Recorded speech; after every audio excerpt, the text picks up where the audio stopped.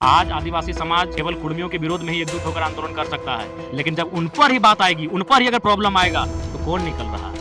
उनके बसंत सोरेन जी बोल रहे, कौन सूर्यहाल नाम नहीं जानते हैं? आक्रामकता दिखानी तो रांची में 4000 से ज्यादा आदिवासियों की हत्या इसलिए हुआ जमीन विवाद में। इतना गुस्सा वहां दिखाई आपकी जमीन बचेगी। क्या नहीं हो रहा आदिवासियों के साथ? आदिवासी लोग मर रहे हैं और आदिवासी नेता चुप है वहां। कभी जादूगढ़ ग्राउंड में जाइए, देखिएगा स्थिति। महिलाएं मां नहीं बन पा रही अनिल जी, इतनी बुरी स्थिति है वहां, लेकिन बोलने वाला कोई नहीं था।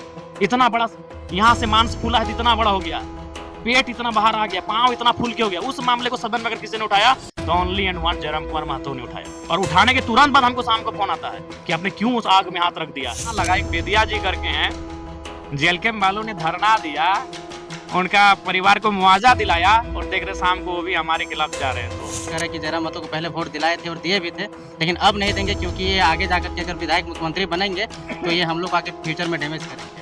देखिए सलाह जो 4 जेएमएम के विधायक है ना, जो चुपचाप थे, उन्हीं में से एक उनको बुलवाए, इसीलिए आज ये समाज भी पिछड़ा इसी कारण से आदमी बोलता नहीं, बुलवाया जाता है। उनको बुलवाया गया। हम भी बोले यार अचानक उनको क्या हुआ, हम देखें पेपर कटिंग तो आदिवासी ने अगर योगदान दिया तो उनको सम्मान मिला हुआ है, वो आज जगहों पर है, उनकी भाषा संस्कृति का सम्मान है, उनके लोगों का सम्मान है, उनके लिए विशेष पैकेज विशेष सुविधा है। लेकिन वही हमने कहा केवल कुर्मी है जिसने अपना सर्वस्व निछावर नहीं, अब तो आज कहेंगे कि हमने बर्बाद हुए झारखंड राज्य में, और हम लोग आज कहीं नहीं। कि आदिवासियों के लिए क्या क्या मांग है? सरना धर्म कोड का मांग उठाया, जादूगोड़ा में जो आदिवासियों के साथ अत्याचार हो रहा है यूरेनियम के खनन से, हमने उस मामले को उठाया। जयराम महतो कैसे जाएंगे गुमला सिमडेगा और अपना पार्टी का विस्तार करेंगे, क्योंकि आप पार्टी के केंद्र अध्यक्ष भी हैं। डुमरी के वर्तमान विधायक इस वक्त हमारे साथ में हैं और डुमरी विधानसभा क्षेत्र में काफी योजनाओं का शिलान्यास करने के बाद में अभी बैठे हुए, अभी नाश्ता कर रहे हैं। दिन भर से खाना खाए कि नहीं? नहीं, सुबह एक बार घर से खा के निकले। आप बता रहे थे कि पैर का स्थिति और डैमेज हो गया, क्या स्थिति है? आप देख लेना भाई, इसको मेरे को ना बोलने का चीज है। इतना इतना लोगों के पास आंख है, आप दिखा दीजिए कि फूल गया पूरा, देखिए काला पड़ गया है। कैसे जांच करवाया? नहीं देखिए अभी जांच नहीं करा पाए, समय नहीं मिला है, जांच कराएंगे, और जांच में अगर इस बार प्रॉब्लम निकलेगा तो एक दिन खुद एक वीडियो अपना बनाएंगे, जनता से माफी मांगेंगे, और कुछ दिन के लिए अज्ञातवास में चले जाएंगे, ना किसी से मिलेंगे ना किसी से जुलेंगे, फोन से समस्या का समाधान करने का प्रयास करेंगे। मैंने आपके जो कार्यकर्ता होंगे वो काम करेंगे। हाँ, कार्यकर्ता काम करेंगे, और अगर इमरजेंसी विधायक का चूँकि हम तो फ़ोन से ही समस्या का समाधान करते हैं, तो फ़ोन हमारा अवेलेबल रहेगा, लेकिन मिलना-जुलना छोड़ देंगे। क्या-क्या आज योजनाओं का शिलान्यास किया? 5-6 योजना का शिलान्यास किया। हाँ, पुस्तकालय था, सड़क है, पुल है, आरोग्य मंदिर है, उसका जीर्णोद्धार है, पीसीसी पथ है, तो कुल मिलाकर इसी प्रकार की योजनाओं का शिलान्यास किया गया। कल रामगढ़ के प्रकरण के बाद में आपका क्या रिएक्शन है? जिस प्रकार से आपका विरोध किया गया है, टाइगर को राष्ट्र पशु माना जाता है और आपको इंडिकेट करके आपका विरोध किया जा रहा है। ये बहुत ही दुर्भाग्य का विषय है। मैं उनसे बार-बार यही पूछता हूँ कि वो इतनी नफ़रत क्यों भरे हैं? हमने तो जब कुर्मी समाज भी हमें लगता है लाखों की संख्या में झारखंड के 40-50 स्टेशन में धरना दिए थे। उन्होंने किसी आदिवासी नेता का ना नाम लिया, ना किसी आदिवासियों के खिलाफ कोई स्लोगन या नारा लगाया। उनकी माँग सरकार से है, वो अपने आंदोलन के माध्यम से सरकार तक अपनी माँगों को आज विगत दशकों से पहुँचा रहे हैं। भारत देश एक संवैधानिक देश है, माँग माँगना हर किसी का अधिकार है, देना या ना देना भारत का संविधान का है। हम लोग इतने दिनों से आंदोलन कर रहे हैं, क्या किसी व्यक्तिगत उनका नेता का नाम लिया गया, या उनके समाज पर किसी ने एक जिम्मेवार पर्सन, अब 2-4 लोगों ने अगर कुछ ऐसा हुआ तो हम लोगों ने किसी जिम्मेवार व्यक्ति ने, समाज के किसी सामाजिक व्यक्ति ने उन पर कोई ऐसा शब्द कहा जिससे उनको ठेस पहुँचा हो। हम उनसे थोड़ी अपना हिस्सा माँग रहे हैं, हक माँग रहे हैं। हमारी हमारी माँग सरकार से है, भारत के लोकतंत्र से, भारत के संविधान से है।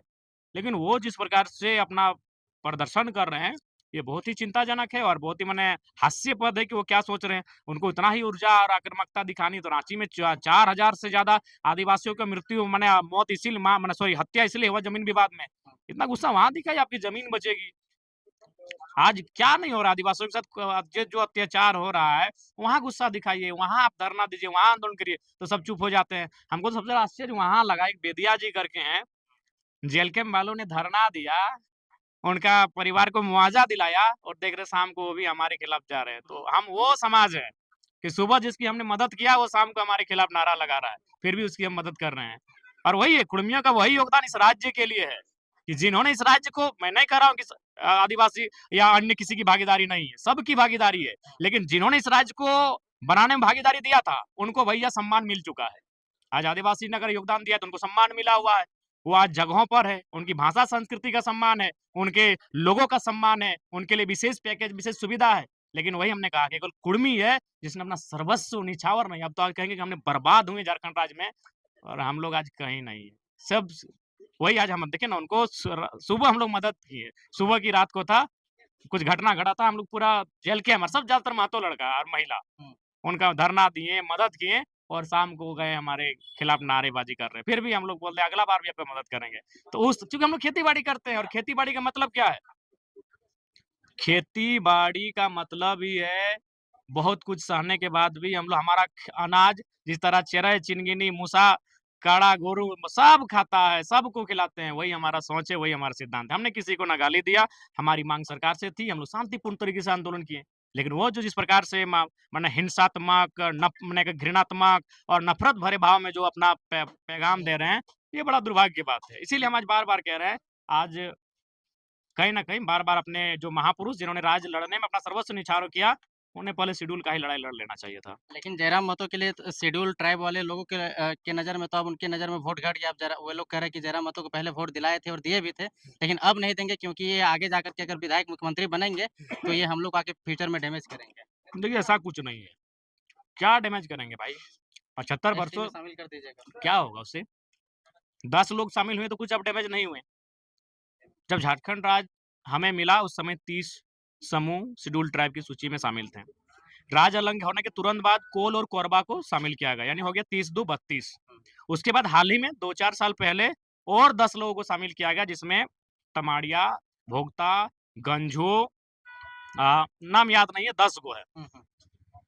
10 और समूह को शामिल किया गया, यानी 32 और 10 42, यानी आज के डेट में झारखंड में 42 अनुसूचित जनजातियों के माने समूह है। हुँ, तब तो आपको दिक्कत नहीं हुआ। आने वाले दिन घटवार समाज के लोग डिमांड करेंगे, तेली घासी डिमांड करेंगे, तांती डिमांड करेंगे, तेली में कोल्हू तेली डिमांड कर सकता है। बाकी सभी को अगर तेली समाज करेंगे तो फिर वो फेलियर हो जाएँगे। कोल्हू तेली का संबंध रहा है, वो डिमांड कर सकते हैं आने वाले दिन चल के।